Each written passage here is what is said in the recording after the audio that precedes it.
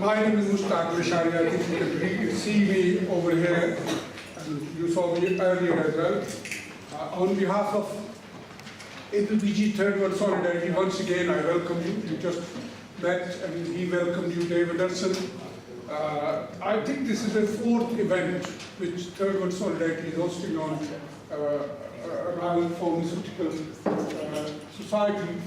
And I was invited to be a speaker once. So you want to come forward?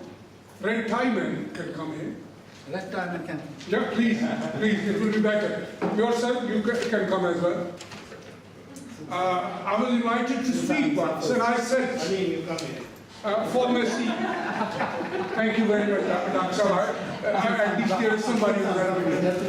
I was invited to speak on pharmacy, and I said, I remember very clearly that I said, pharmacy is the friend of NHS. We need smiling people, happy people, knowledgeable people. And I said, it is very important that the friend who receives people, and it is on receiving end, has a very good information and everything. I think I still believe that is the same, because there are many other professionals who are going to speak to you this evening who are not on the front, but pharmacists are. And I think it is a very important role they play in health service.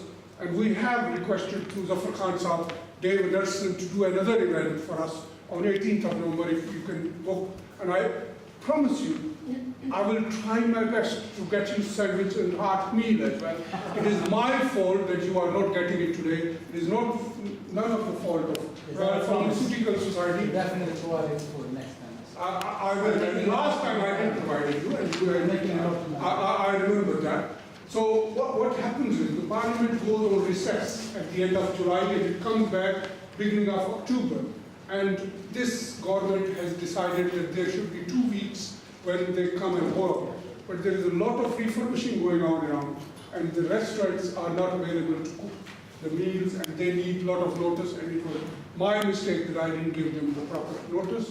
So if you are hungry and not feeling good, have another drink, because I asked them to keep the drink here even after we have finished the meeting. And there are a lot of people who are traveling, so I hope we will finish at about around 8:30. But let me say that Dave has agreed and put it in your diaries, and he will try to bring in at least senior leadership of all three parties to come and listen to you, that they can put something which are your demands and you're going to listen today into their manifestos for next year election. Once again, I welcome you all, and thank you very much, Dr. Khan Sahab, for having me here and assisting you to do your job. Thank you.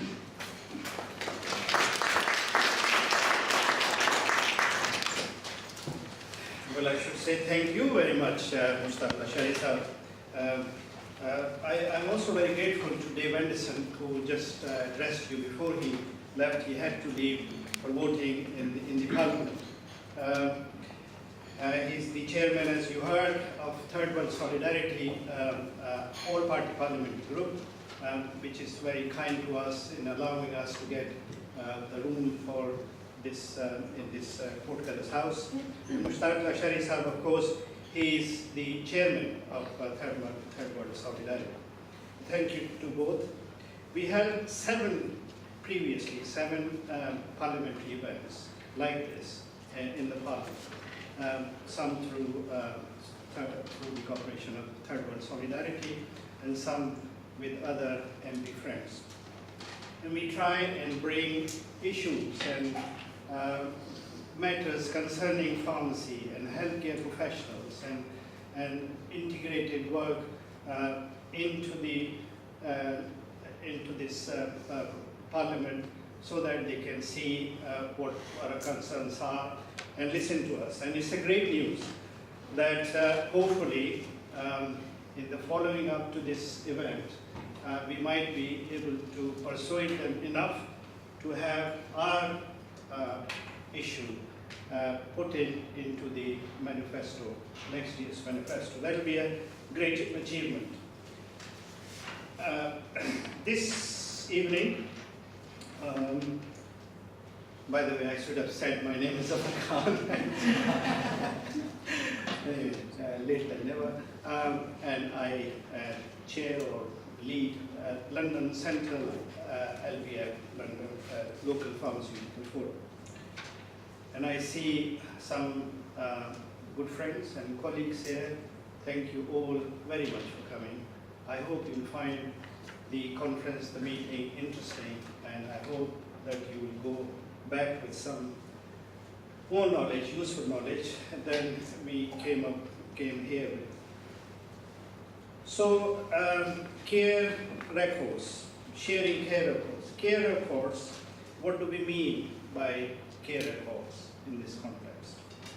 How these records are shared and who share these records? What kind of information is in these records? Can these records be used in community pharmacy? What other healthcare professionals can benefit from these? Are there any controls and audit for sharing such sensitive information? What do the people who are designing, implementing, and managing the system say? What are the pros and cons of the system? How do GPs see this? What is the patient's view about this? What do the decision makers, the MPs, the government, think about this? Well, the object of this conference, this meeting, this evening, is to find some, if not all the answers I've just listed, and there may be many more you might already be thinking. So, like I said, I'm really pleased to see such a nice turnout. You probably have, everyone have this agenda. We tried very hard to make it as a balanced agenda. So you will see that we have brought people who are actually in the process of strategically implementing the system, sharing care record, who are here to speak with you. We have got a GP, we have got a medical practitioner who is implementing the system, and also we have got representative from patients group, so we can hear what do they think about what we are doing.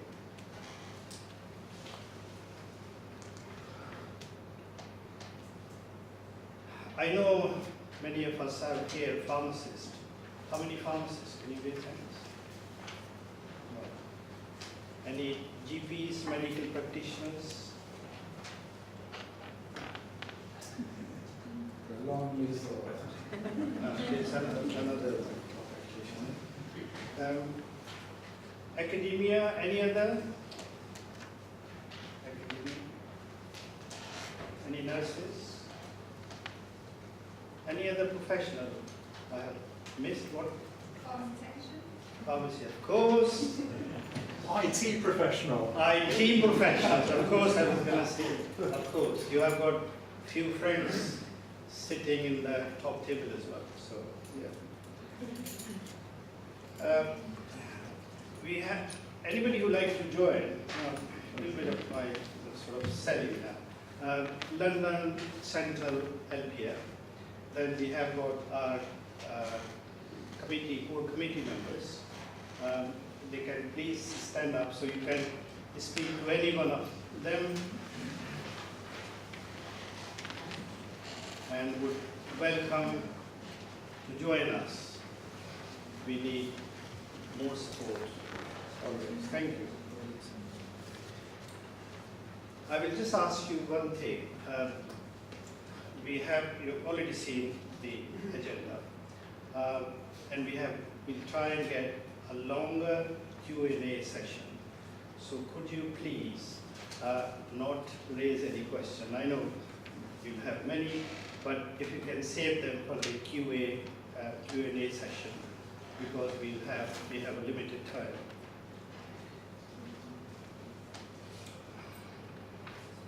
And that brings me nicely to invite my first speaker, who will lay the ground.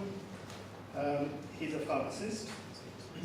He's a system commissioning manager at NHS England with responsibility of the summary care record program, and he was previously the lead pharmacy lead in the summary care record program, and prior to that, the clinical team leader in the electronic prescription service at the Health and Social Care Information Centre.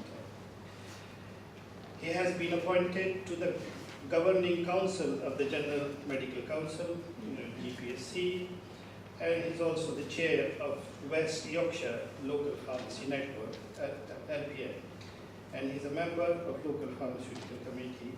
Please welcome our first speaker, Mohammed Hussain.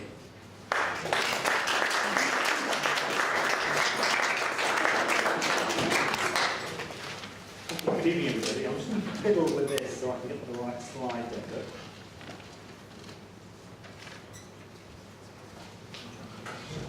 Thank you, Zafar. I've obviously moved regulators. I work for the General Pharmaceutical Council, but I would like to have a start with the General Medical Council. Okay, so thank you. I'm going to try and lay some basic context and background to what we're discussing and why we're here. If you want to contact me, probably the best way of contacting me is don't forget to use email if I can help it. You can tweet me. I normally prefer to be sat where you are sat, so I can tweet, and I can slightly comfortable sat in front, because you'll see me fiddling with my phone.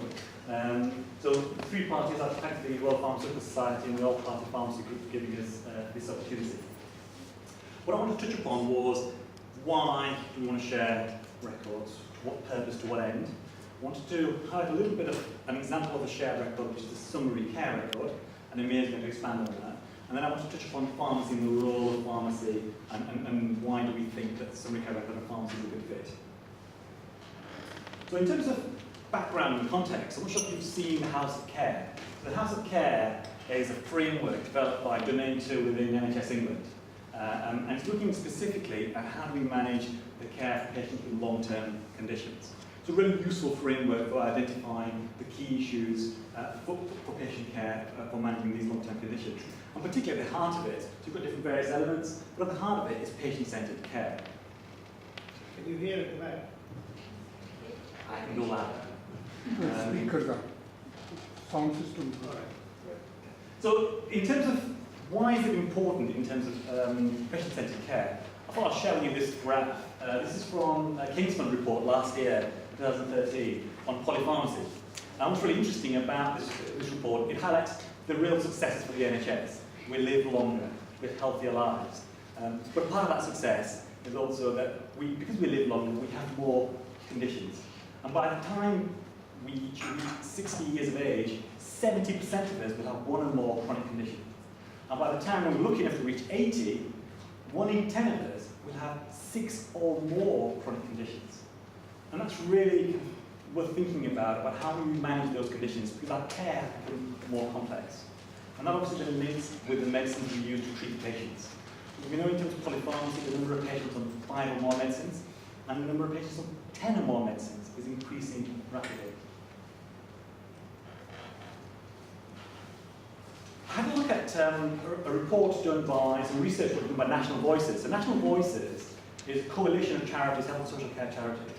And they wanted to identify what do patients think about patient-centred care? What is the patient's perspective about patient-centred care? What does it mean to them? And they spoke to lots of patients, lots of different groups, and they distilled it down into that sentence there, which was, I can plan my care with people who work together, who understand me and my carers.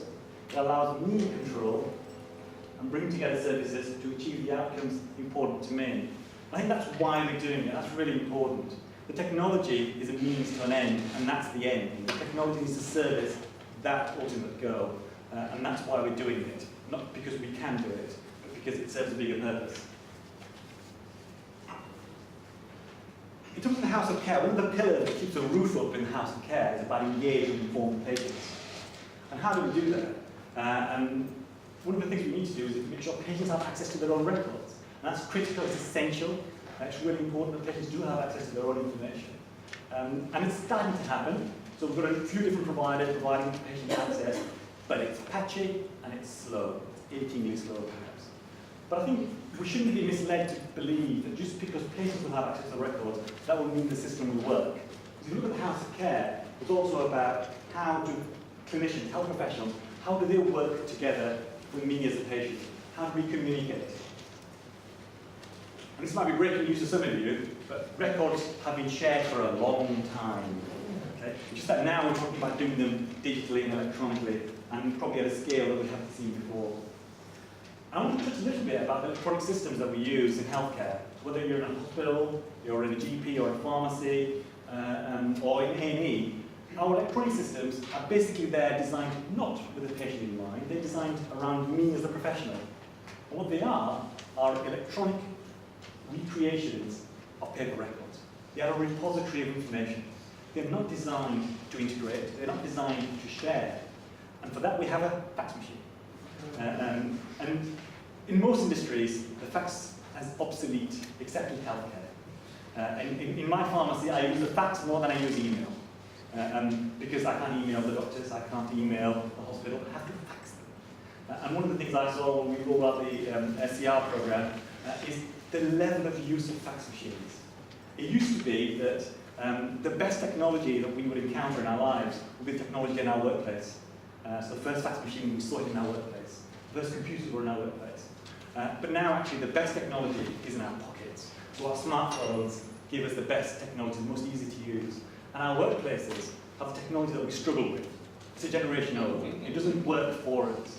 I actually wanted you to think a little bit about why is the technology in our hands so much better than the technology in our workplaces? And part of it is about connectivity. So if you imagine your phones, your laptops, your iPads, your desktops, if you took away the connectivity to the devices and to the internet, how much functionality remains in that device? How much utility is there in that device? And yet, that's exactly what we've done with the NHS. We have all these devices, all the electronic systems that cannot connect to anything else. They are naturally constrained. And it's only by connectivity, by connecting them together, that we will actually have a revolution in the technology available and the utility available in healthcare.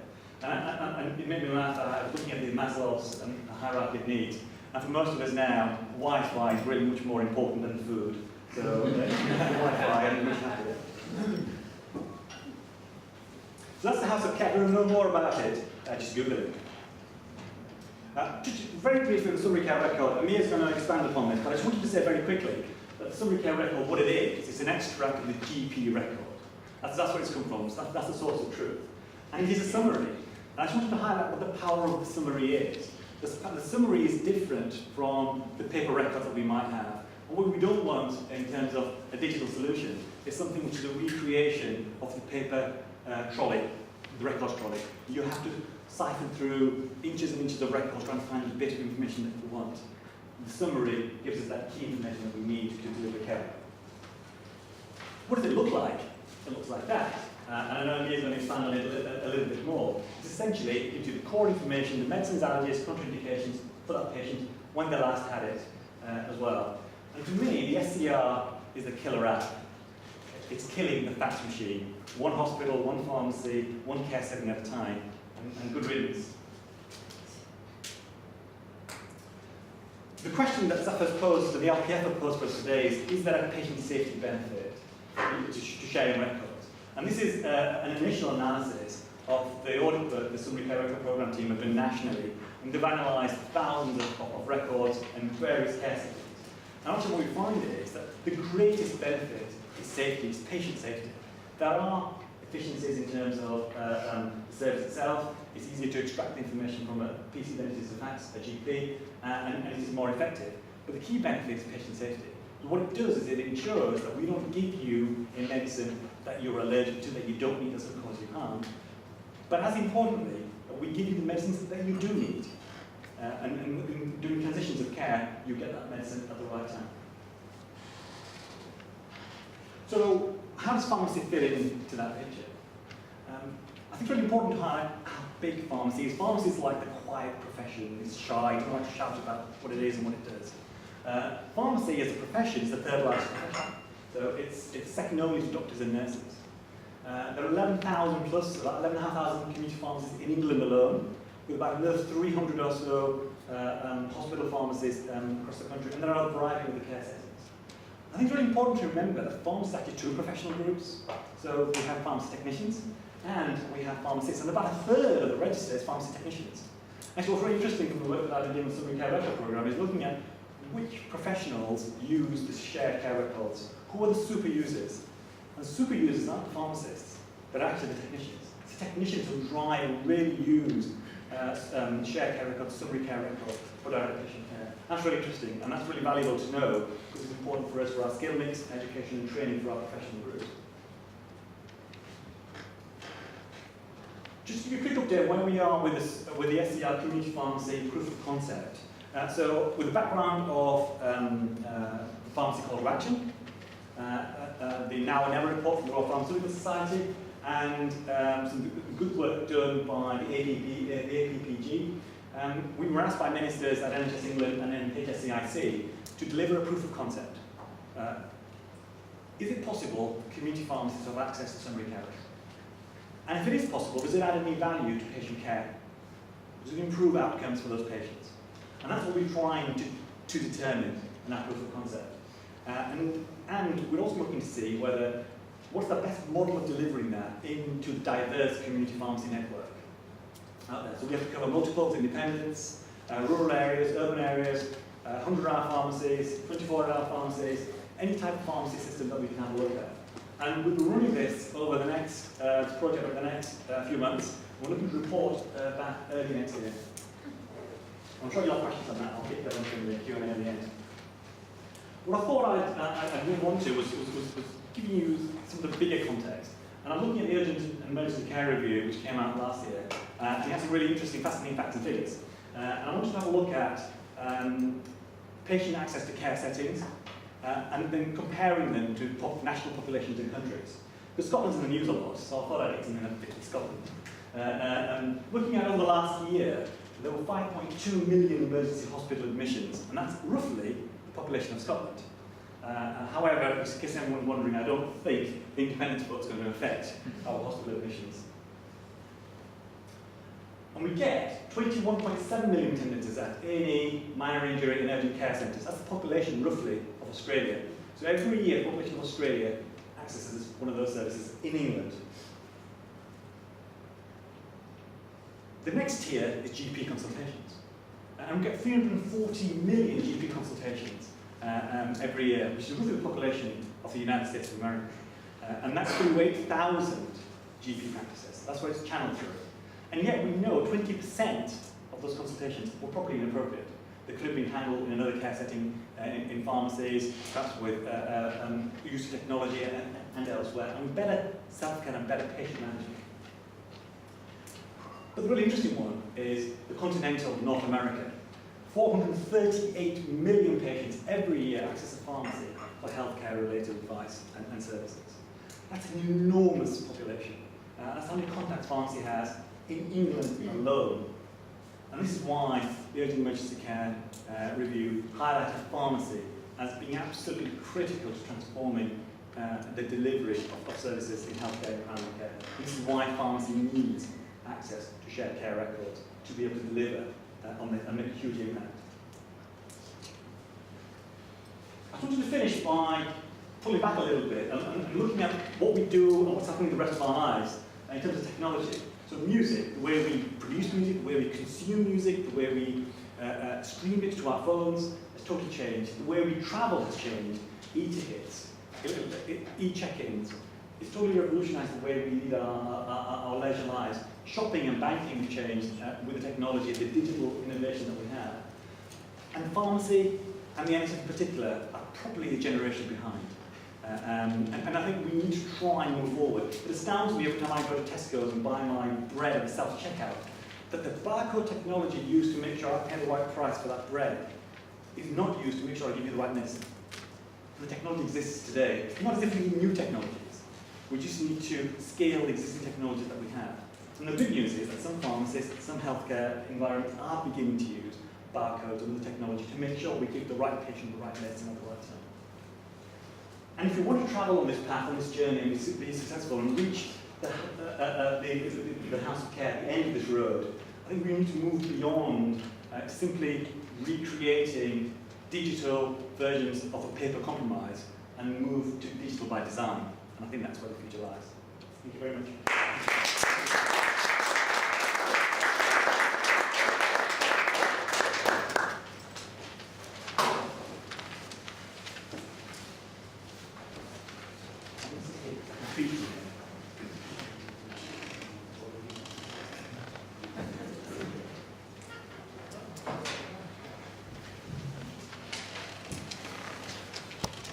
Deputy orders me to ask the presenters if we could share these slides, whoever wants to have it.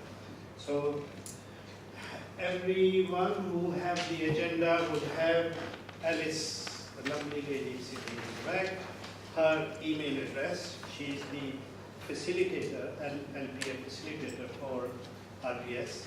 So please write to her and then we'll get those slides to you, those who are interested. Well, my next speaker is a clinical ambassador, summary care records. None of us are MPs, so we don't have to worry about that. Summary care record, National Implementation, Health and Social Care Implementation Center. From 1986 to 210, he was consultant, general physician in general medicine with an interest in diabetes and endocrinology at the Doncaster Royal Infirmary at Montague Hospital, South Yorkshire, part of the Doncaster and Besselaw Hospital NHS Foundation Trust. For 12 years, he was medical director and deputy chief executive of the trust. He was Caldicot guardian for the trust, and he chaired the Trust Information Governance Group. He was a founder member of the UK Council of Caldicot Guardians, and then elected chair of council from 2008 to 2010. He was board member of the British Association of Medical Managers for 6 years and chair of the board for 1 year. Frankly, it'll take me all the evening of my career. So let's give a big hand to our next speaker, Dr. Amir Jones.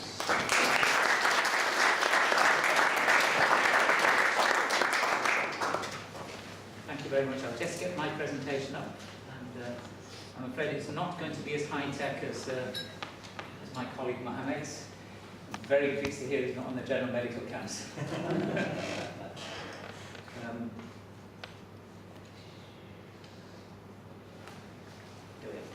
Thank you very much for the introduction, and thank you very much for inviting me to talk here.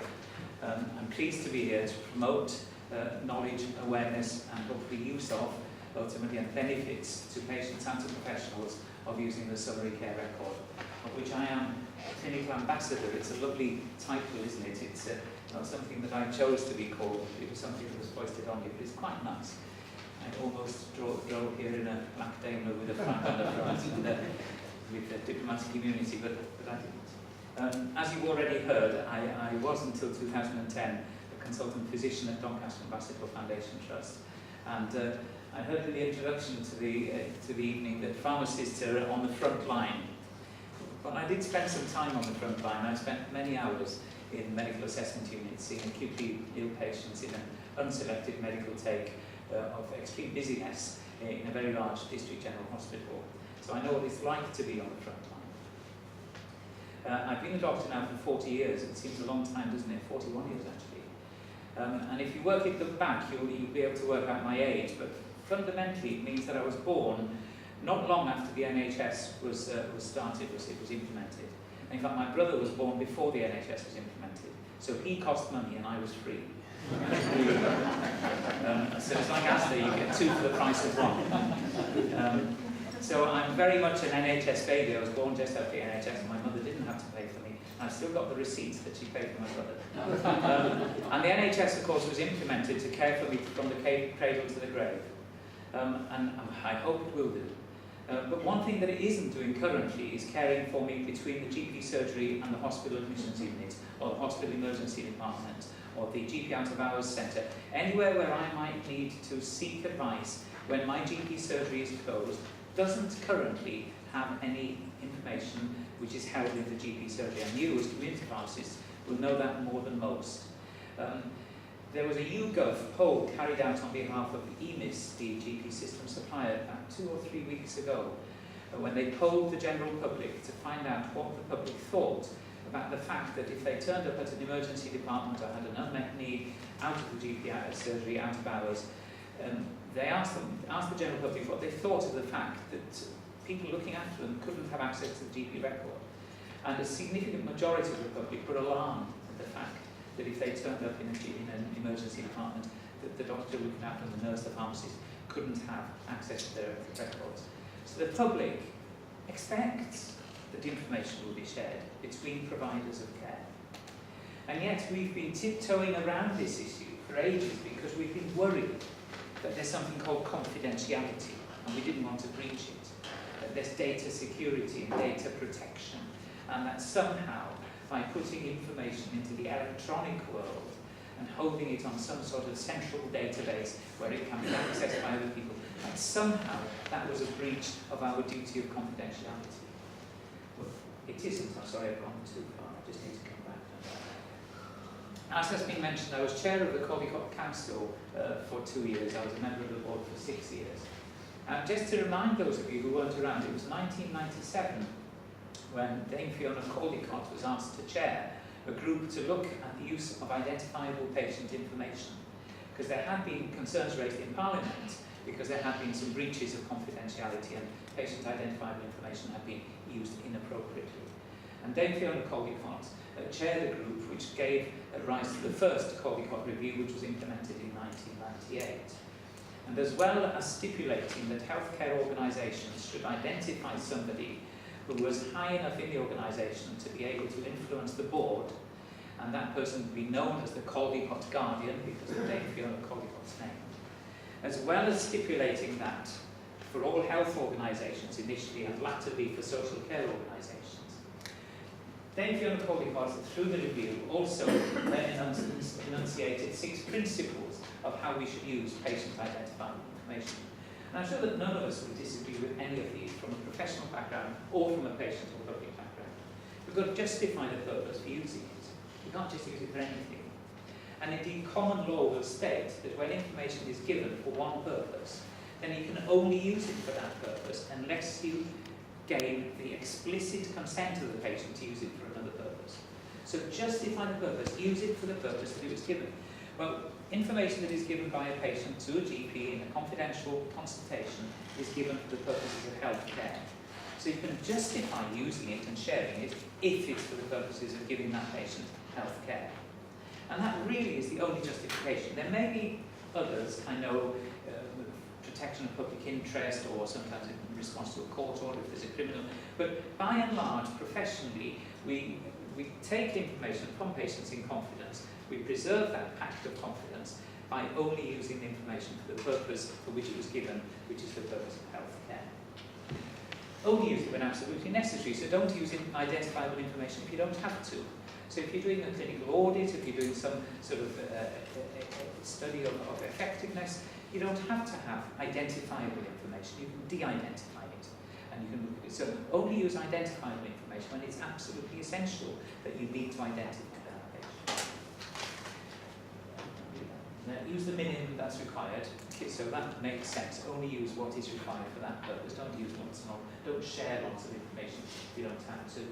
And access should only be on a strict need-to-know basis. So you share it with somebody who needs to know for the purpose for which it was given. So another healthcare professional, somebody who's involved in providing care for the patient. And everyone who uses that information must understand their responsibilities. It's very important. And must also understand and comply with the law. Now, as I say, these are relatively uncontentious. They preserve confidentiality whilst allowing us to share confidential information appropriately for the purposes of healthcare. They don't allow us to share it for any other purpose. They don't allow us to share it for planning health services or for setting actuarial standards for insurance companies. I'm talking about identifiable information.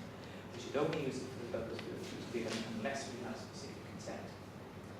But the trouble is that these 6 Caldecott principles were deemed to be too restrictive, and the professions guarded themselves very jealously and started not sharing at all because they were worried that these principles said you mustn't share it unless there's a need to know, you mustn't share it unless you can justify it. And people stopped sharing.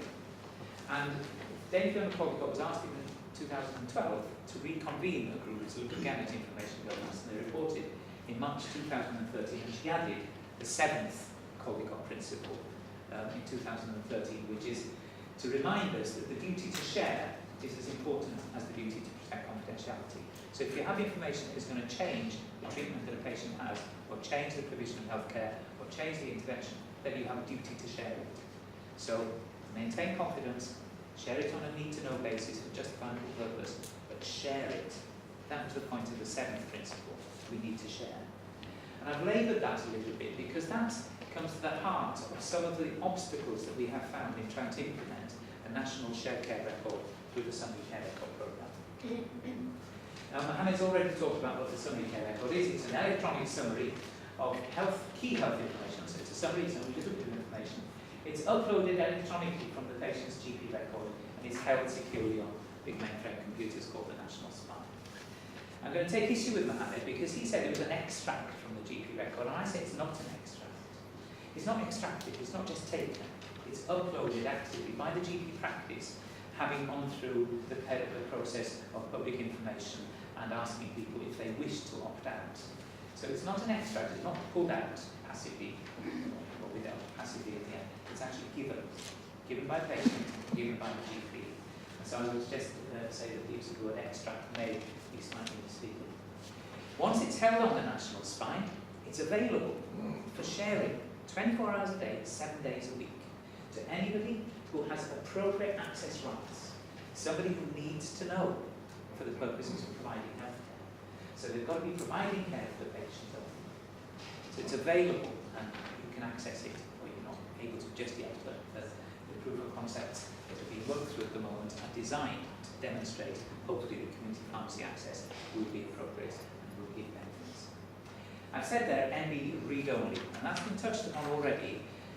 At the present time, the record is simply a PDF file which is lifted out and presented to you for reading. It's information that's shared. But it's not information to which you can contribute. Neither you nor emergency department doctors or medical assessment unit doctors or GP out of hours or ambulances. Nobody can provide information into it. Its sole origin is the GP record at the present. And when we come to questions and answers, we can discuss that.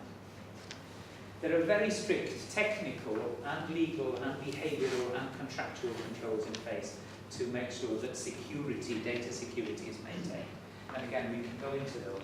We have 2 of our implementation team here, Libby and Sharon, who is taking responsibility for the community pharmacy proof of concept. They'll know a little bit more than I will perhaps about the technical elements, and I'll know a little bit about the behavioural elements. But it is very secure. It's very secure. And as Ahmed says, it contains simple summary information about allergies and adverse reactions, acute medications, repeat medications, and from some system suppliers, discontinued repeat medications, although that doesn't come from every system supplier.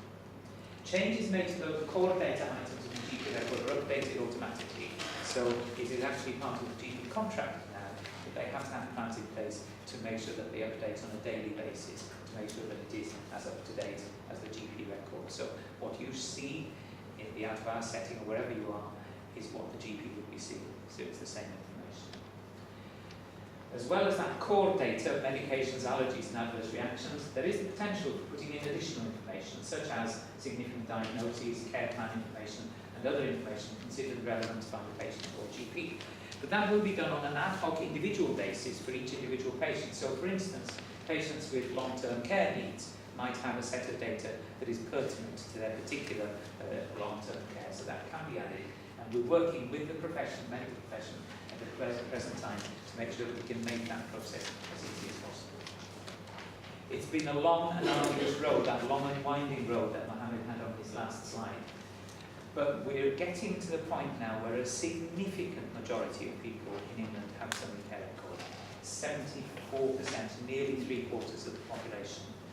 40% 41 million, 42 million. That's a heck of a lot of records. And that is the goodwill of GPs, general practices, patients who have not opted out, actually working to create those records for sharing, as well as the GP system suppliers and the national programme, which now it used to be by my parts.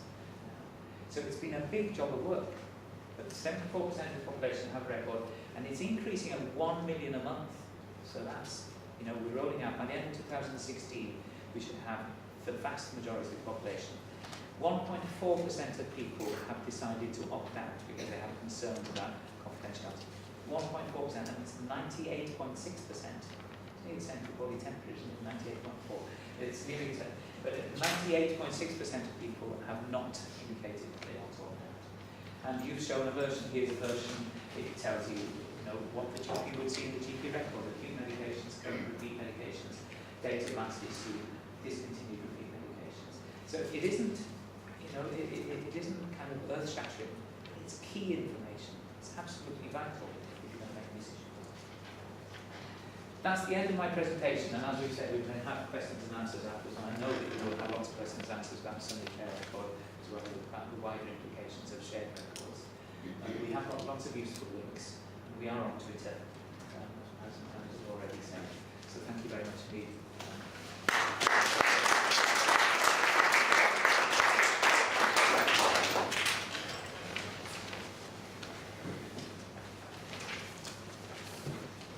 Thank you, Dr. Amar-Jones. Very interesting. You know, I belong to that era which didn't have all these IT things, so I have to struggle. Anyway, but I use my iPhone anyways.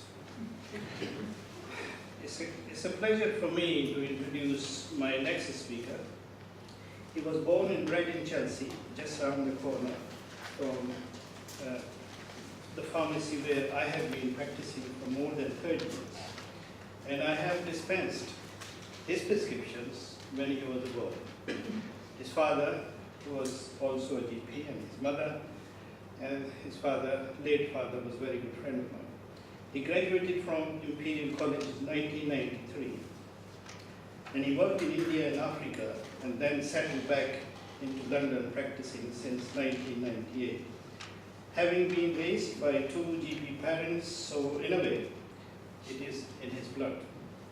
Presently, he is working in a large teaching practice in Brooklyn, Hammersmith, as a partner. He teaches trainee GPs and now sits in the CCG. He works as an ordinary consultant in obesity care at Imperial. He heads up Central Hammersmith GP network. He has worked with both Clark and CLCK on several prescription initiatives, looking at prescription in nursing homes and primary care in general. He admits that he is pro-commissioning, but not in the way he's being rolled out, and he supports pharmacy. Please welcome Dr. James Carroll.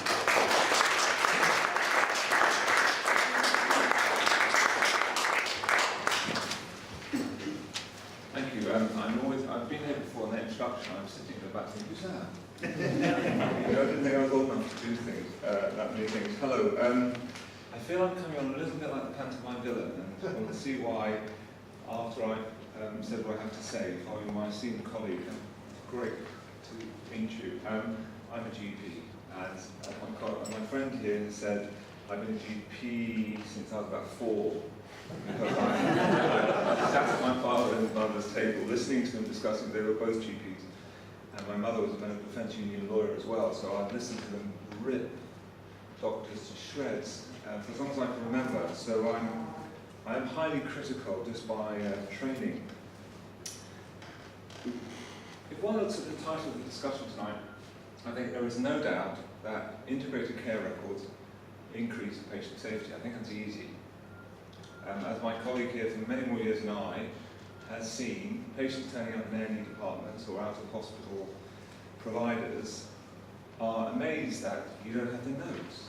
You don't know that amlodipine was changed to bendiflumethiazide, or their clopidogrel was stopped because they've got a transitional cell tumour in their bladder last week, and they're presenting at their GP. It's Victorian in design, the current way that we integrate care records.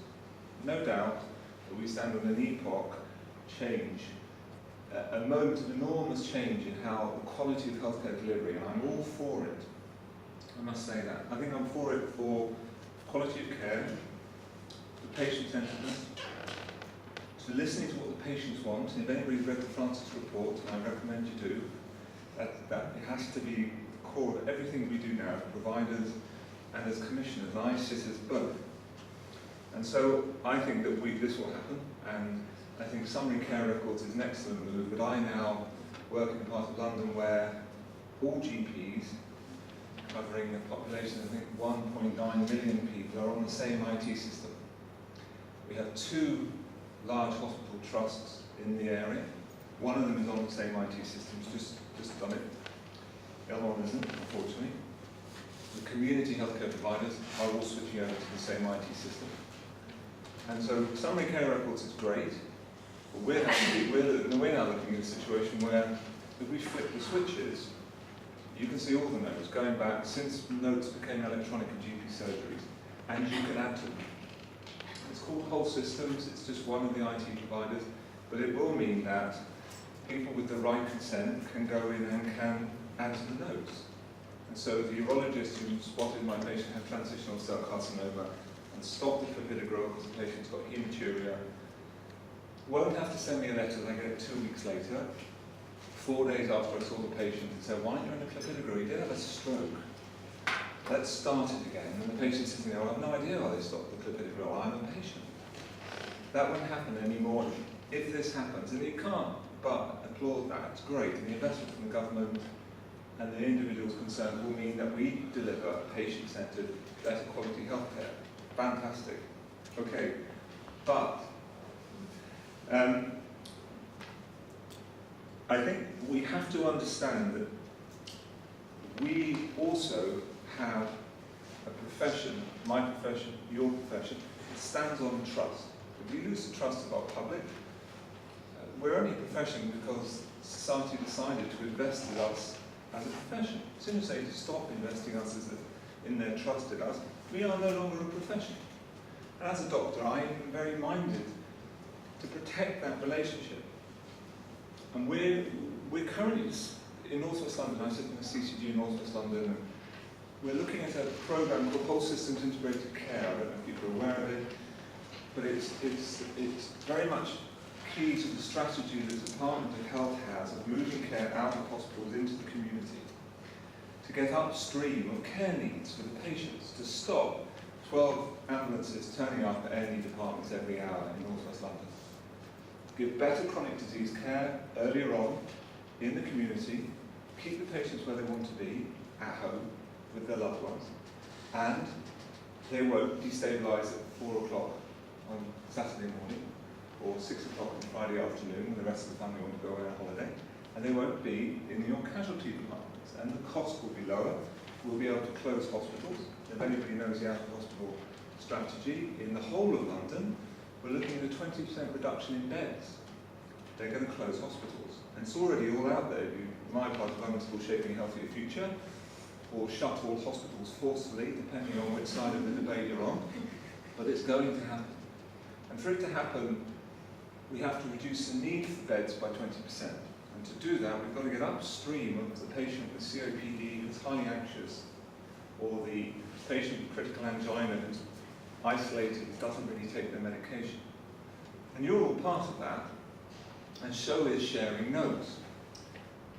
But key to all of that is the patients have to trust us, and principally, for better or for worse, GPs are the first healthcare professional after you, Jack, actually. They go and see you, and then they come and see me. And if they don't trust us, we're in trouble. They're going to go to casualty because they don't trust us.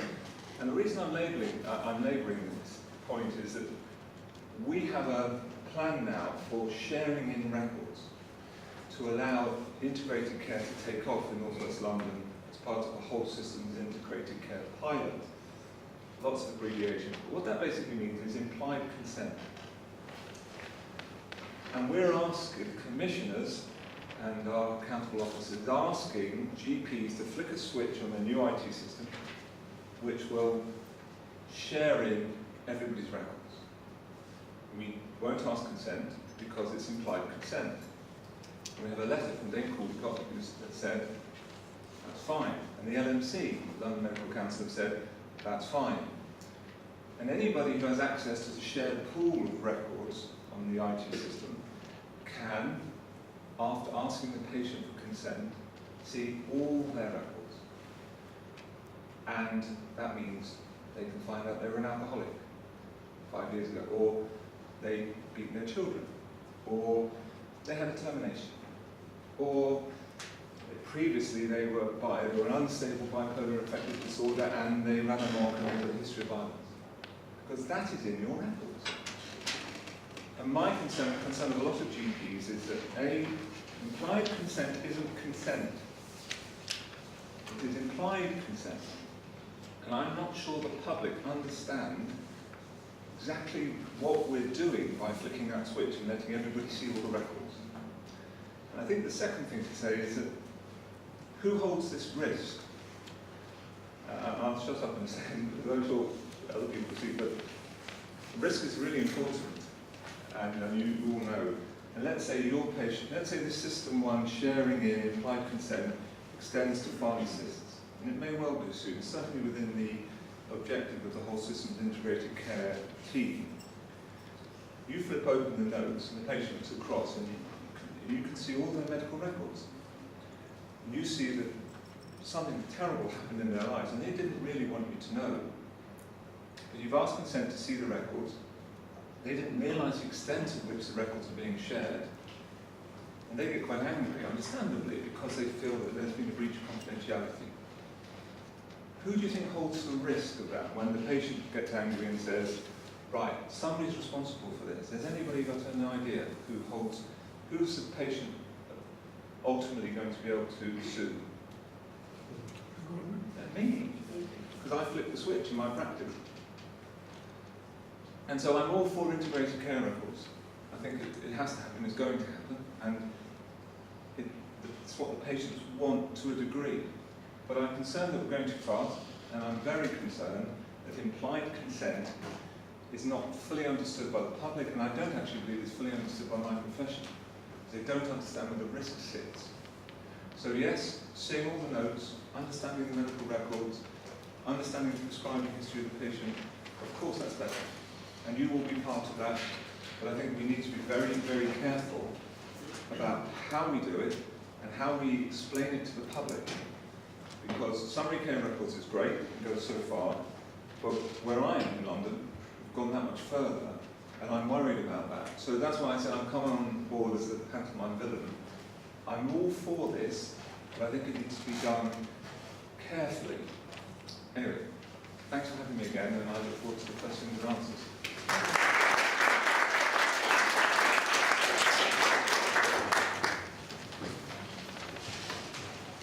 Thank you, James. I'm sure that would have given you some food for thought for our designers of the program. We have one speaker first, then we'll have question and answer. And then we are very privileged to have chair of the English Pharmacy Board here, who will say a few words after we have Q&A. David, would you like to go Q&A or after? Happy to speak after. Yeah. My next speaker will tell me how many patients representation is here. How many patients are here? All patients. No. I mean from patients group. Yeah. Yeah. All right. So welcome. Thank you very much. Thank you very much for coming. We have a patients group representative here who is going to speak on behalf of the patient group. She has got a lot of qualifications. Her various qualifications and professional experience combined to provide expertise and consultancy services for a number of NHS organizations and charities. to develop, embed, quality assure, and build capacity for lay-led self-management programs. And then also to empower people living with long-term condition while also being engaged with PPI, patient and public involvement in her local borough. She also lives with a long-term health condition. Please welcome Kiran Krio.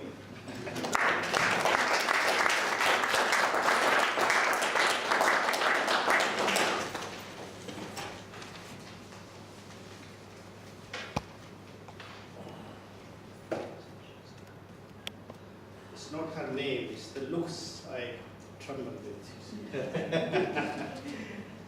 Lovely looks.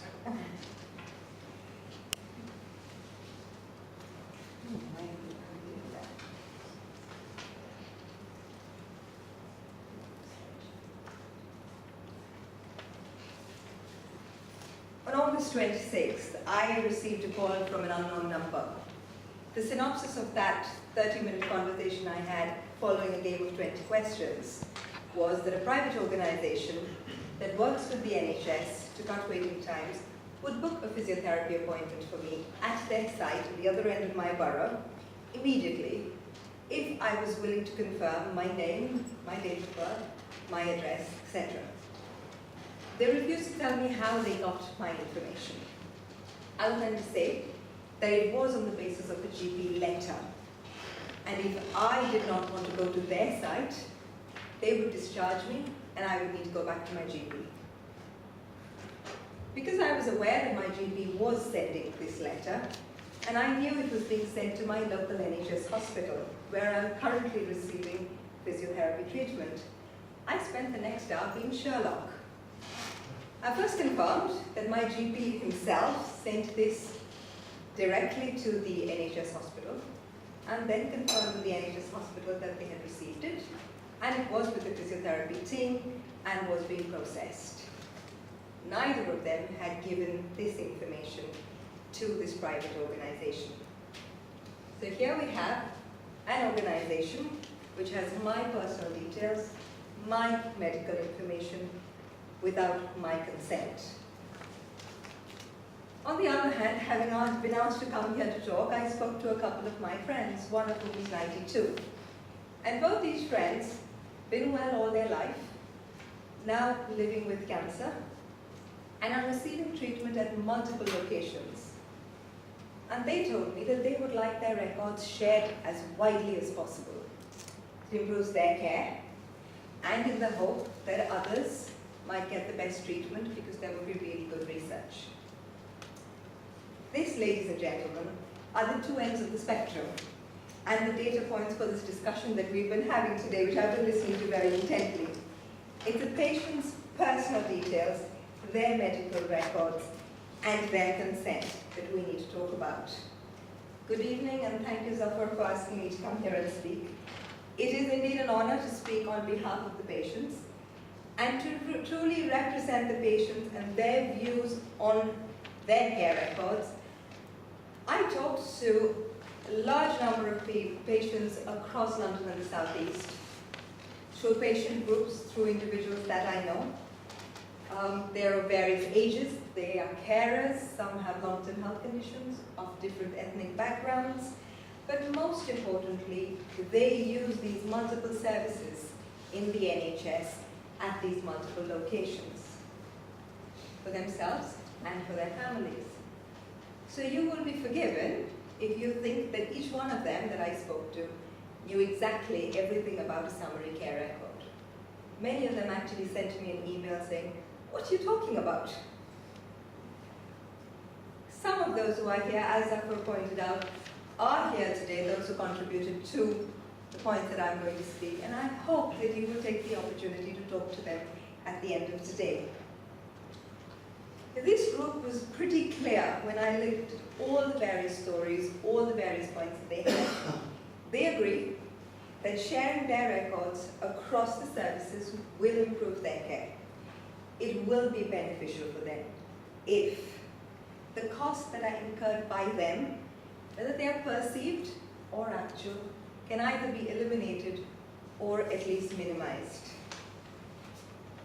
So what are these costs? Oh, we're going to have a problem with this. Give me a second.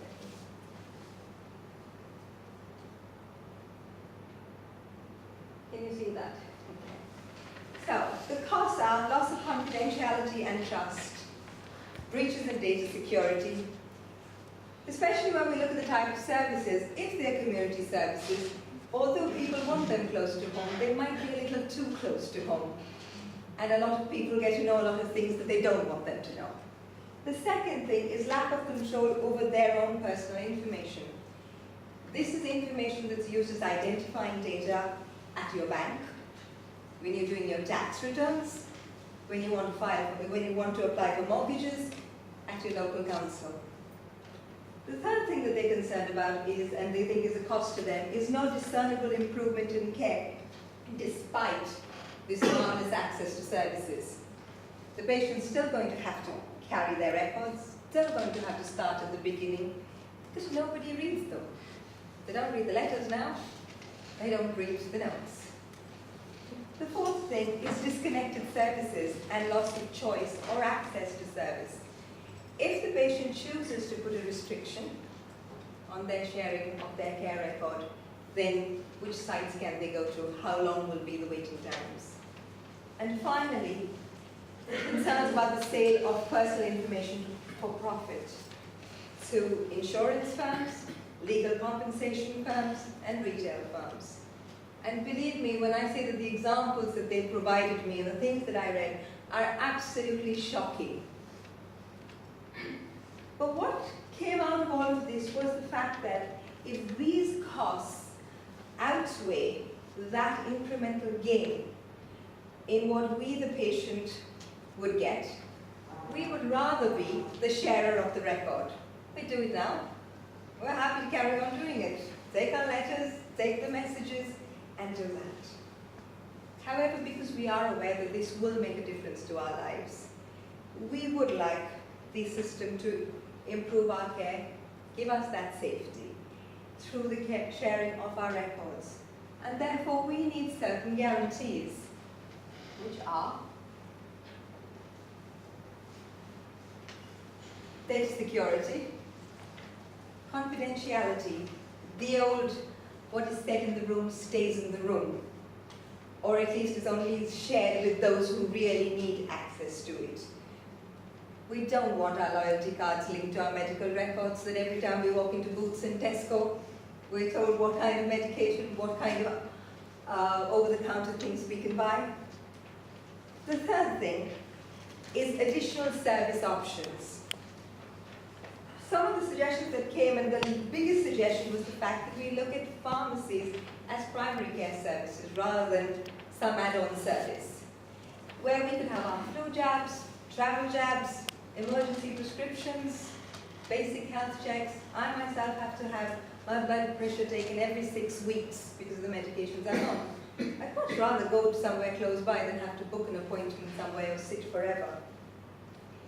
The idea of it being more services in one place means that it saves everyone's time, but also is value for money, which is what we're always talking about here in the NHS. Fourth point the system needs to give us is that there will actually be improved care. There will be communication and information for the patient in real time. I've heard a couple of you talking about the fact that we need to know now. We don't want the letter in 3 months. We want it now. It's got to be effective and it's got to be meaningful for the patient. And finally, that patient control is there of what is shared and with whom, so that we can decide who gets what and how much of it they get. In today's world, where data is money and security breaches are everyday events, I completely understand why this is important.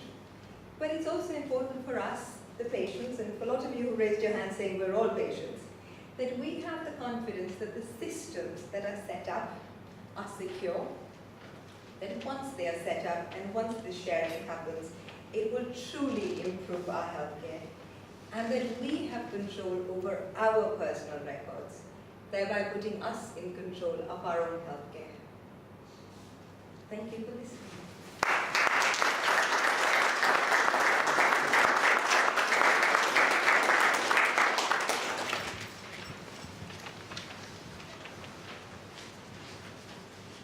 So I think you can see now that we had diverse and speakers who brought knowledge on the same subject from different directions.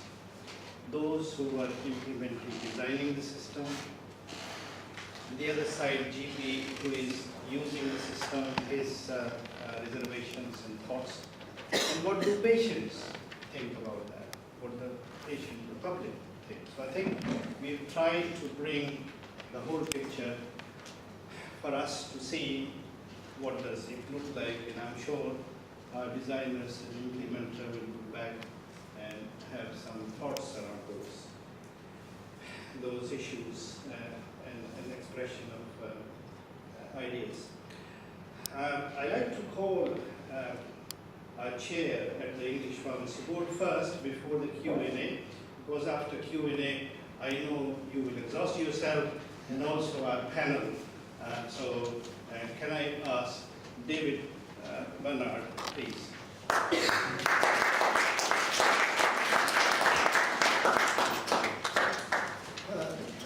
It's a great pleasure to be here this evening. I was in London, and so I thought I would come along. I've been a huge champion of this whole programme because coming from the hospital sector, I really expect on a day-to-day basis to have access to clinical chemistry, patient, the nurses, the doctors. They're all around me. It's all happening. So I'm so used to this that I find it very difficult to know how you could survive without it.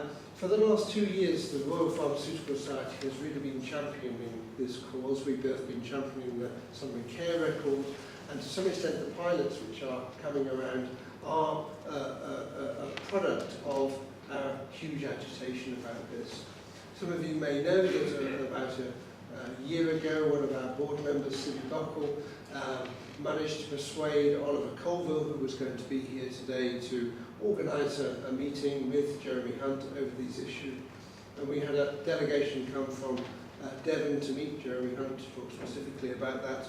And at that meeting, Oliver Colville got a bit of a shock because Jeremy Hunt turned around and said to him, "Oliver, I'm making you the champion for this. I want you to champion this issue from now on," and proceeded to leave him. Oliver has actually been doing that. He's had this as a number of areas of discussion, has been really, really hugely helping us with this issue. I'm delighted by the fact that we've got these pilots coming. My personal view is that what we need to do is we need to demonstrate that even though it's a very limited number of items on the current summary care record, that these are beneficial and that they will improve safety.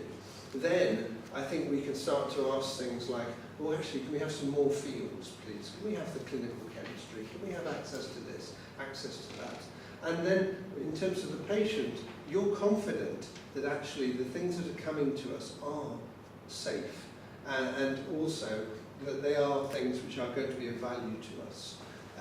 So I'm really a great champion of SCI. I've stood up at a number of conferences now and said, yes, we must go down this trail, we must do this. So really I would welcome your continuing support for this. It's going to continue to be one of the top priorities.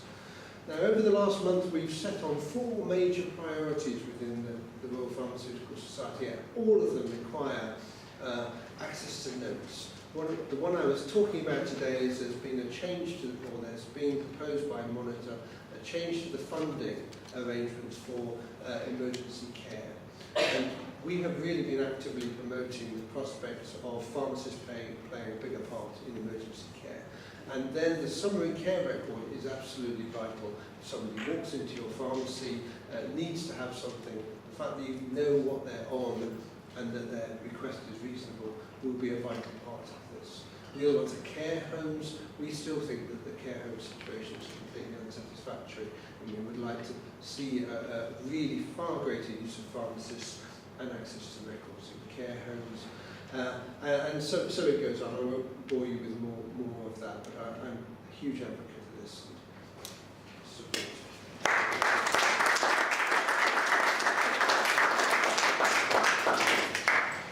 Thank you, David Bradford, Chair of English Pharmacy Board.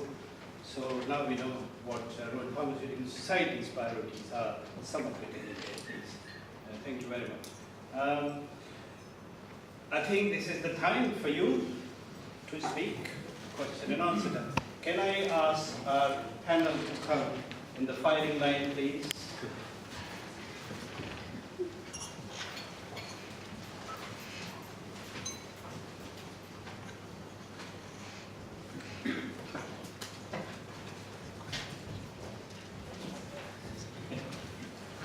Right.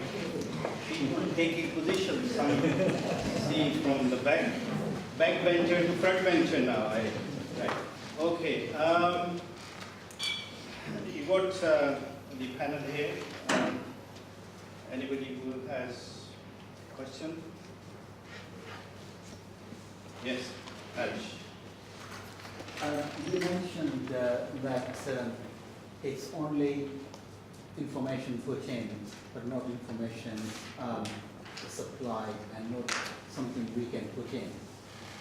It's a bit difficult somehow, because if I, as a pharmacist, I come across there is a problem with a patient, which I would like to notify the prescriber or other need-to-know providers, it's vital that I should be able to input that. I know it's difficult, but there should be some arbitration, because we come across so many times where, hey, there is a problem here, and I would like to input it, and why should I be barred from it? Can I answer that? Yes. Yeah, I mean, you're absolutely correct, and we are well aware of this. Indeed, up until 2010, when the summary care record was being developed, the intention was that it would have information put into it from different sources other than the GP record. So it was thought that there would be hospital discharge summaries, emergency department discharge summaries, community pharmacy input, that there would be multiple sources for the information. But in 2010 it became apparent that there was an awful lot of disquiet about the nature of the summary care record and its security and its quality and how it would present itself and the semantics that we used to convey this information. And particularly the sorts of concerns that were expressed about ultimately the GP is the arbiter of the information about a patient because he's the single source where all that information goes to. Who's responsible for making sure that the quality from the emergency department or the SHO discharging a patient from the medical assessment unit at 2 o'clock in the morning, whatever. In order to try and quell some of those fears, Simon Burns, who was a Minister for Health at the time, instigated a ministerial review of the summary care record. It was chaired by Sir Bruce Keogh, who was the Medical Director of the NHS, and we looked very closely at how we could try and regain both public and professional confidence in the quality and the reliability of the data. And as an output of that ministerial review, it was determined deliberately that we would say the sole source is the GP record and nothing can be written into it until such time as we've rolled it out and it's become part of business as usual within the health service. Once we've done that, then we recognise that there will be a need for other inputs from other professionals, other sources. And in order to meet that need, we've established a board and a chairmanship of a layperson, a patient's chair, but involving professionals from the medical, pharmaceutical, nursing and other professions, as well as patient representatives, to look at the governance of how we might get information in from other sources, including from pharmacy sources. So what I'm saying is that we were knocked back in 2010, we had to think very hard, we decided to keep it small and keep it simple in order to gain confidence. Once we've got that confidence, then we have a mechanism for starting to think about how we can get information from other sources, because we realise that you need to write it. Yeah, there's nothing that stops asking each other a question as well. So James has got James one. wants to add something. I think you have to be careful what you wish for. Probity, governance, and quality. Once you get into a situation where you are adding to patient records, and I think your colleague said that you'd like to see the clinical pathology, you'd like to see the full blood count, for instance, and you're starting to make clinical decisions about the patient. You're moving to a realm where you will be held accountable for your clinical decision. And does your insurance cover you for that? And if you put an action on the notes, and you download it onto the notes or upload it, how do you know that somebody at the other end is seeing that action and is acting on it? Because you've stated that this needs to be done. So I think you really have to be careful when you step into that realm. I'm not saying you shouldn't, I'm not saying that the pharmacists don't have, you have a very important role to play, but you're moving into a completely different arena within the healthcare profession and professions. And quality is an issue, as it is with GPs, okay, probity, and governance. And I'm not sure that, law of unintended consequences, just beware. James, I appreciate, and I come across your colleagues challenging about insurance, and we have a professional organization where all pharmacists are covered by indemnity. I'm sure you would like to know if you are prescribing metformin to your patient and metformin is not being taken by your patient and you continue prescribing it, and you would like to know if I have that information, you would love to know that. Of course. And where I'm coming from is, I don't want everyone to share that information, but if I can segment that information, if it's a prescriber information, I should be able to segment that to your information. And then we come across a lot of people, and we have a lot of confidential information which you do not have. Patients confide in pharmacists far more than the GPs, a lot. We do not hold that record. A patient will come to me and he says, Mr. Pharmacist, 17-year-old, just had sex with someone and he wants an abortion. We have that information. You will not have that information. Right? GPs are living on the cloud cuckoo world of confidentiality. But we would like to share some information with you. We won't share something personal, but come to down to earth, right? We have a lot of information we'd like to share with you. And I gave you an example of metformin, etc. I mean, there are people who are seeing a private doctor who are getting certain treatment because they do not want on their GP records, so DVLA doesn't want to know, right? You're not to know that. We have prescriptions which we have information which is quite vital that you to know when you are prescribing or you are looking after these people. And I think it's about time we share. And I'm coming back to you to say there should be a channel of confidential sharing of information, and whoever is the primary holder of information. I mean, I agree absolutely with you. I do not want to hold this meeting, I'm sorry. But I feel The passionately pharmacy about it. profession is professionally regulated. You have your standards, you abide by them. You know that it is, you would actually be doing yourself a disservice if you didn't abide by them, because your professional reputation and indeed your livelihood depends on it. And I would go so far as to say that the example that was cited about the patient who had bipolar disorder and been violent towards a family member and done this and that and the other, if a pharmacist in a community pharmacy happened to see that information, so what? You're a professional, you know to keep it confidential, you're not going to go and tell the next door neighbour. If you do, then you can get struck off.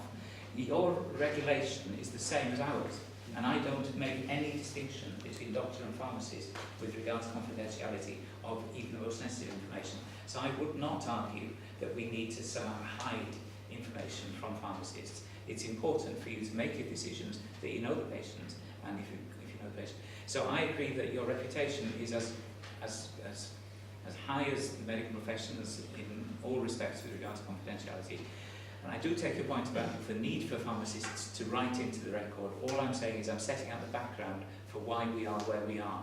And the intention is for the future that there will be the ability to contribute to the record from, not just from pharmacy, but from other sources as well. But we have to tread very carefully, because we have to demonstrate quality, we have to demonstrate security, we have to demonstrate everything else.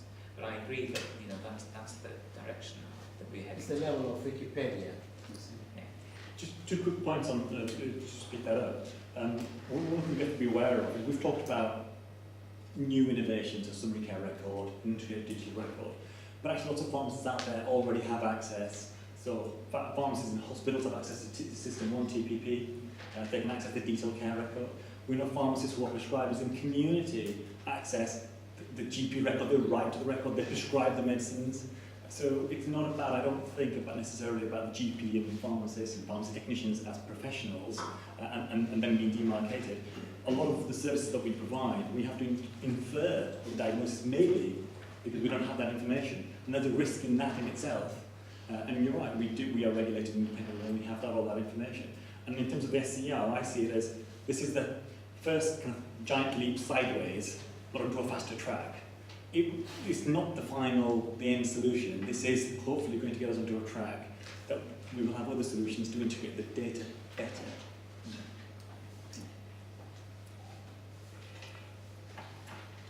So, Yeah. yeah, two things related. I think myself and Thomas have worked in the community for approximately 3 years, so I'm a risk consultant now, so I'm looking at this from a risk point of view. Mohammed has mentioned pharmacy interactions around 480 million a year compared to 360 million predominantly. Question I have is, how many of these interactions are being systematically recorded, and what are the initiatives to analyse that data and develop our credentials as a safe haven for data? I mean, there was a study released last week about NMS improving compliance by 10%. Perhaps, David, I mean, initiatives that can build the credentials so as we can allay the fears of James around quality, probably, because I don't think he fundamentally questions whether pharmacists are able to provide that quality. I mean, we're respected professionals. It's just about building an evidence base and being systematic about how we record and utilise the data. And the national initiatives, are they thin on the ground or in the pipeline? Well, I might pinch some of Dave's thunder here, because the RPS has been really helpful in setting up research-ready pharmacies.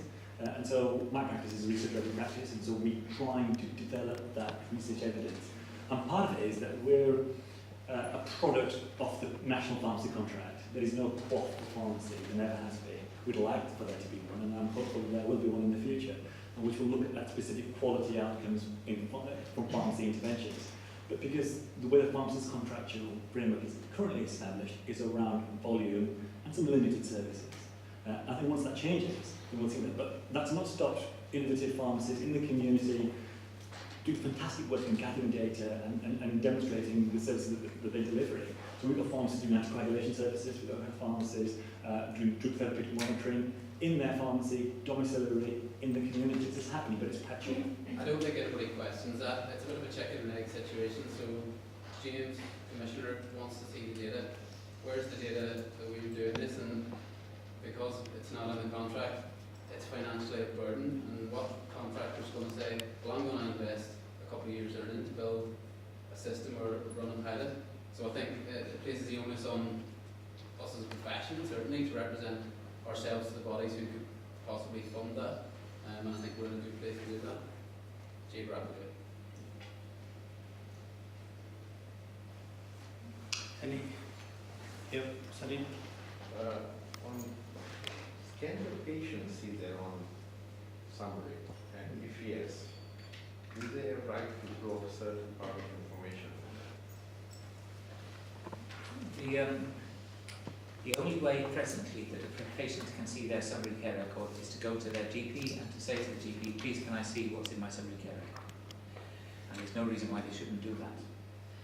Unfortunately, because the contract with GPs allows them to charge for access to patient records, some patients get charged and they don't like it very much, but we have no control over that. There was a programme which ran alongside the summary care record programme called Health Space. It was meant to be a patient-facing programme where patient information was held, and advanced health space accounts were able to access their summary care record electronically. Unfortunately, the way it was set up was so cumbersome, and the way that people had to authenticate their identity was so cumbersome that very, very few people took advantage of it, and the programme has now been disbanded. That however, as part of the patient online programme that NHS England is taking forward with Jeremy Hunt's endorsement, then the intention is that patients will be ultimately able to fill their summary care records. But they won't be able to change them. Let me just qualify that slightly. I think if it's the core data about medications, allergies and adverse reactions, then that is factual, if you like, and they're not changing it. If there is additional information, and I mentioned the potential for doing that, then there will be an exclusion data set of sensitive information which will be withheld because it's considered very sensitive. And also there is the need to gain explicit consent from the patient for putting any additional data on, so they will either say yes I want it or no I don't. The thing about the summary care record is that there's been patient involvement at all stages. The points that you make about implied consent have been argued at length all over the country for years. The Information Commissioner is absolutely happy that the process of implied consent that we apply to the summary care record is robust, appropriate and meets all the needs of the Information Commissioner and the Data Protection Act. So summary care record has been created by implied consent after mailing each individual over the age of 16, not just households, but each individual with information about the summary care record and requiring that they should actively opt out if they want to. 1.4% of patients have opted out. Now you could argue that some people haven't read it and so on, but it is about, I come back to what I said about Macaulay Culkin. Summary care record is about using information for the purpose for which it was given. Not for loyalty cards, not for actuarial statistics, not for insurance purposes. Anybody who does that is subject to professional regulation and should and could be struck off. Because that's not what it's for. It is for health provision and health provision only. Now there's a separate programme in NHS England called Care.Data. You've all become aware of it. That's different. That's about extraction of data for other purposes, for research and so on. That is not the summary care record. It's a different process, different issue altogether. So please be reassured that the summary care record is there for provision of healthcare and for provision of healthcare only. No other purpose. Any retail pharmacist that uses it in order to boost sales of cosmetics or whatever is not working according to professional regulatory standards. It shouldn't happen. So it is only for one purpose and one purpose only. And I think that really needs emphasising. Any? The back. The lady, I think, Okay, I'm really worried about the security of all this. I think you're rushing it, really. 10 years. When it comes to IT, only this morning there was a firm, it was a fruit with a bite in it. Oh look, it's a bit like this. They were found to have had someone hack into their system, supposedly, and steal people's nudie pictures. Now, I don't have any nudie pictures on my phone, unfortunately, not myself anyway. What I'd like to know is, how are you going to stop people from hacking into our records? Because I like the idea of the pharmacist actually saying, okay, I need to share this. I like the idea of Dr. Kavanagh, totally. I like what he stands for. But I want to know how you're going to stop it, and what guarantee are you going to give your patients that it will never happen?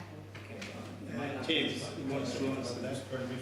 Your records sit in my practice and taking notes and electronic notes. And what stops somebody coming into my building and nicking your stuff is the windows and the alarm system and the metal panels in front of the notes. It's not bad, not great, could happen.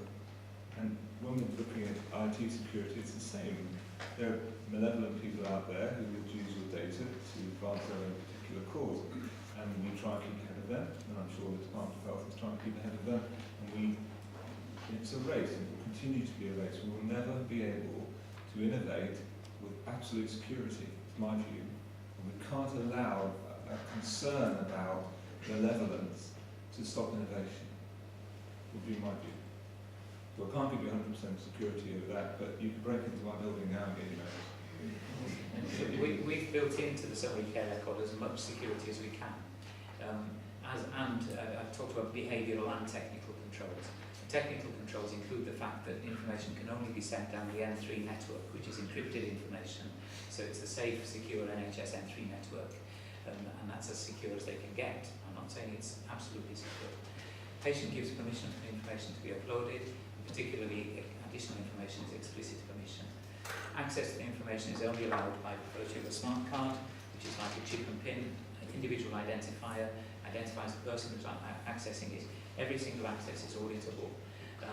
Accesses that breach certain conventions, such as not being able to report that the patient gave permission to view, or that the accessor did it single-handed without checking with the second person, will create alerts which will be investigated to make sure that they were appropriate accesses and not inappropriate.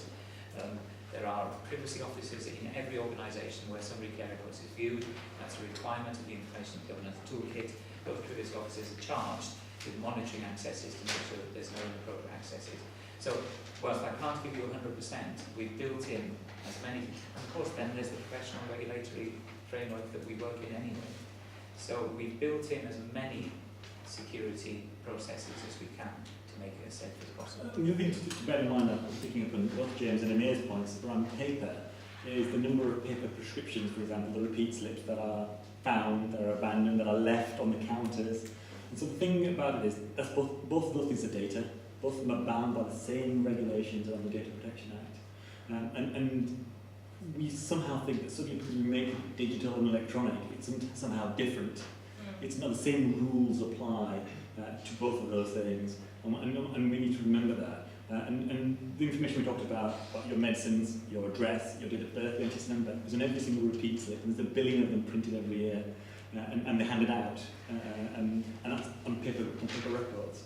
At least this way, it is secure, auditable. It's as secure as it can be, and I take James' point totally. It can't even give you a 100% guarantee. If a state wanted to hack into something, I guess they could. If you wanted to invest that much effort to get into your medical records, it's possible. But what's the likelihood of that? And it's much more likely for somebody to break into a building and take physical paper records, or just pick them off the street. Safer than fax machine. Yes, safer than fax machine, absolutely. How many faxes does your practice send out?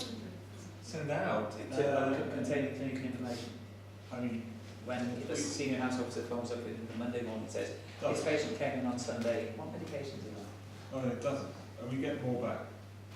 So we're still, I mean, this is bizarre. I've not seen a fax machine anywhere else apart from GP surgery. Pharmacy. Bizarre. Yeah, The lady in the back, yes. A lot of discussion has been around information being shared between GPs and pharmacies.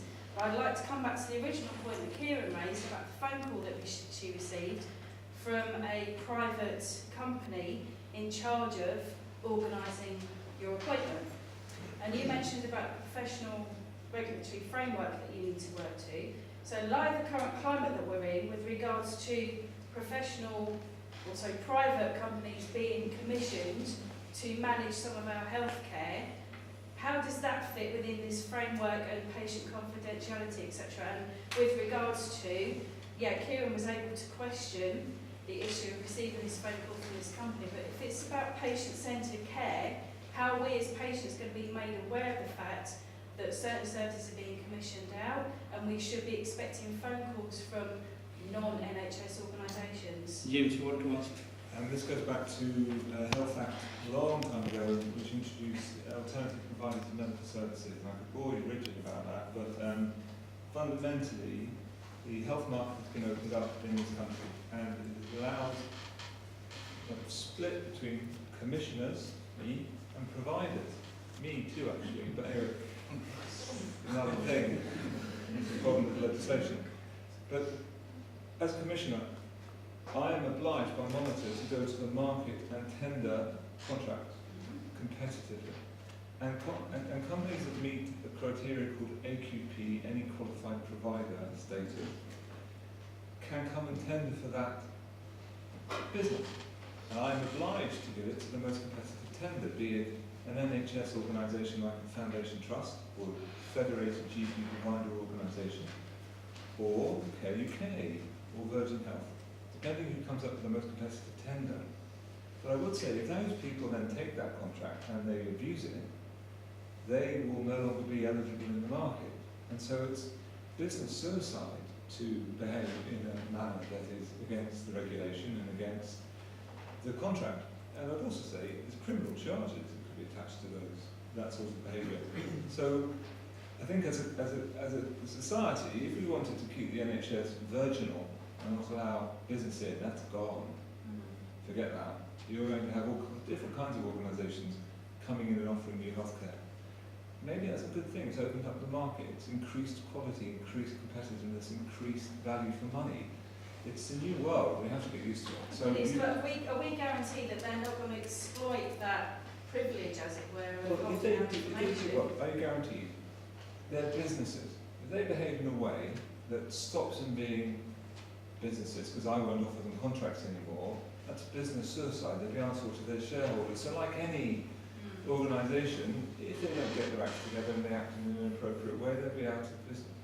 If they asked us if they could have access to the summary care record, we'd have to make sure that they had an N3 connection, that they employed a privacy officer, that their staff were issued with smart cards with the appropriate role-based access, which were authenticated according to their professions, that their system for generating alerts in order to look for, we would apply exactly the same criteria to do That's that. what I wanted to know. Yeah, You apply the exactly. same criteria. They would not you have access to the to summary care record unless they ticked every single box. And of course, you've got to But you remember, are going to share our records then? you've got to with remember third that all GPs are independent contractors to the NHS. but they sign up to that. They sign up to that.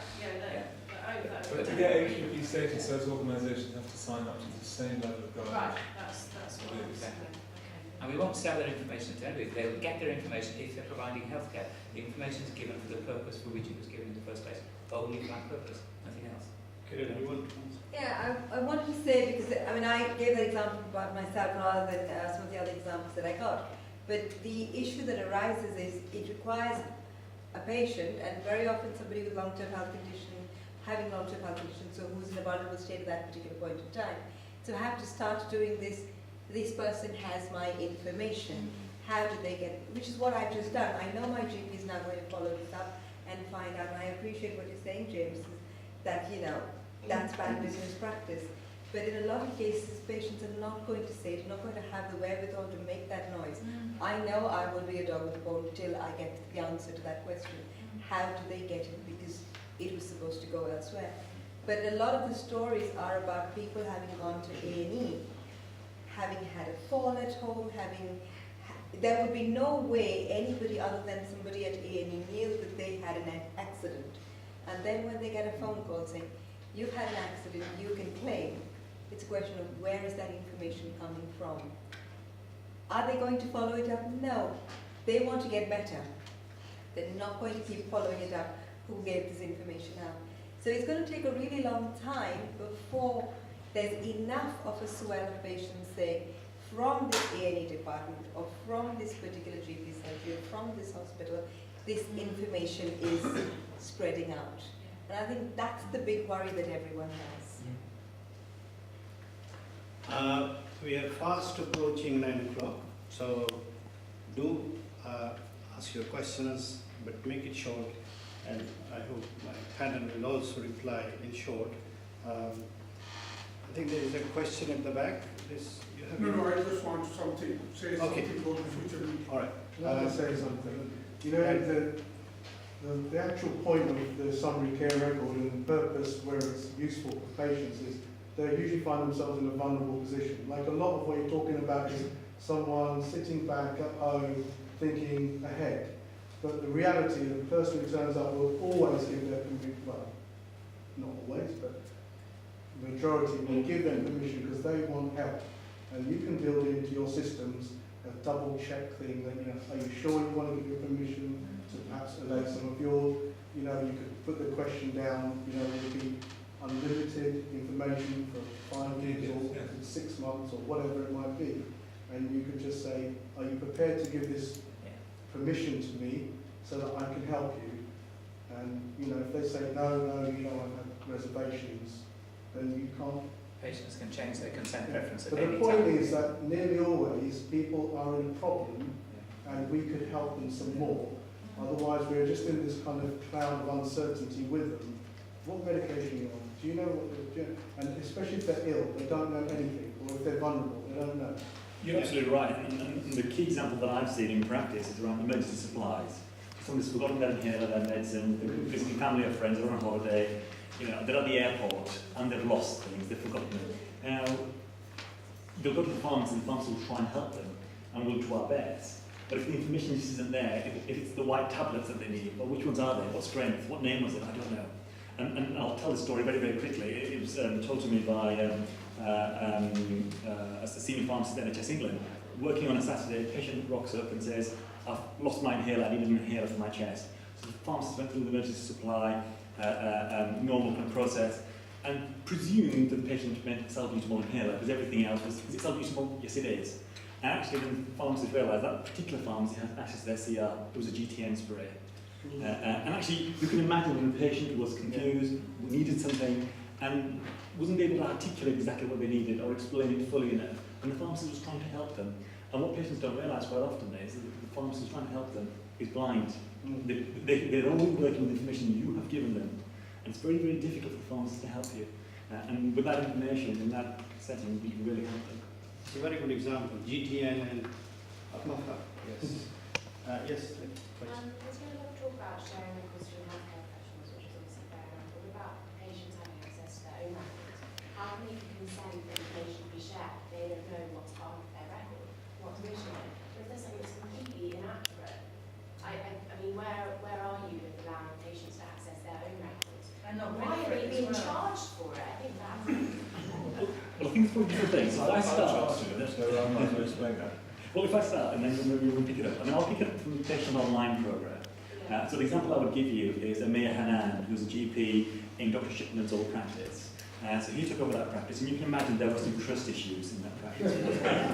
And so one of the first things he did was, when he took over, is complete transparency.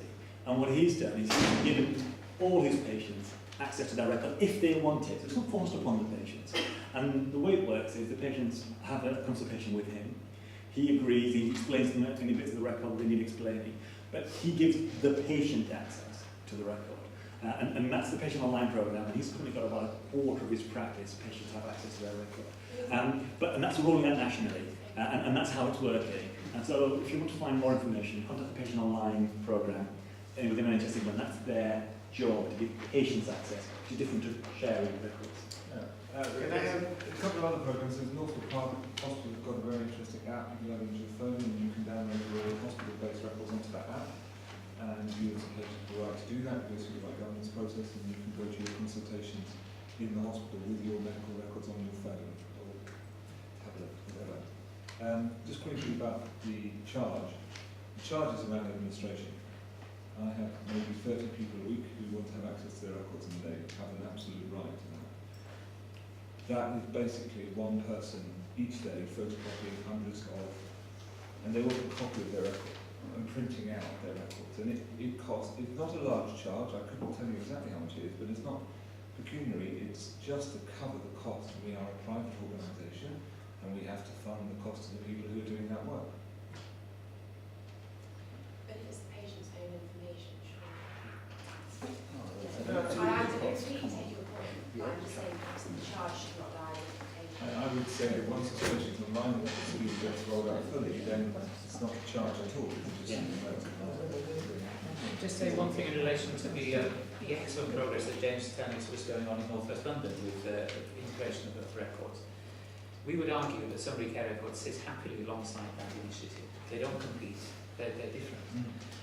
Not every patient who will attend your local A&E department comes from North West London. There's an awful lot of people in London today who aren't from London.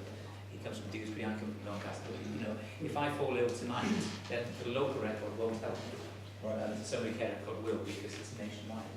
I can travel anywhere in the country. So local records and Summary Care Records sit happily together. They don't compete.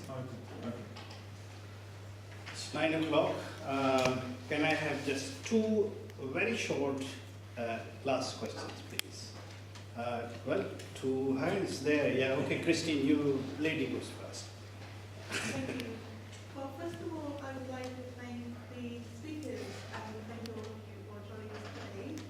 I've listened to all the different point of views, and I think what I would like to say from listening to parents and from listening to my colleagues here is that could pharmacy, I have a request please, could pharmacy be intimately involved in the development of the Summary Care Record between now and in the near future so that we can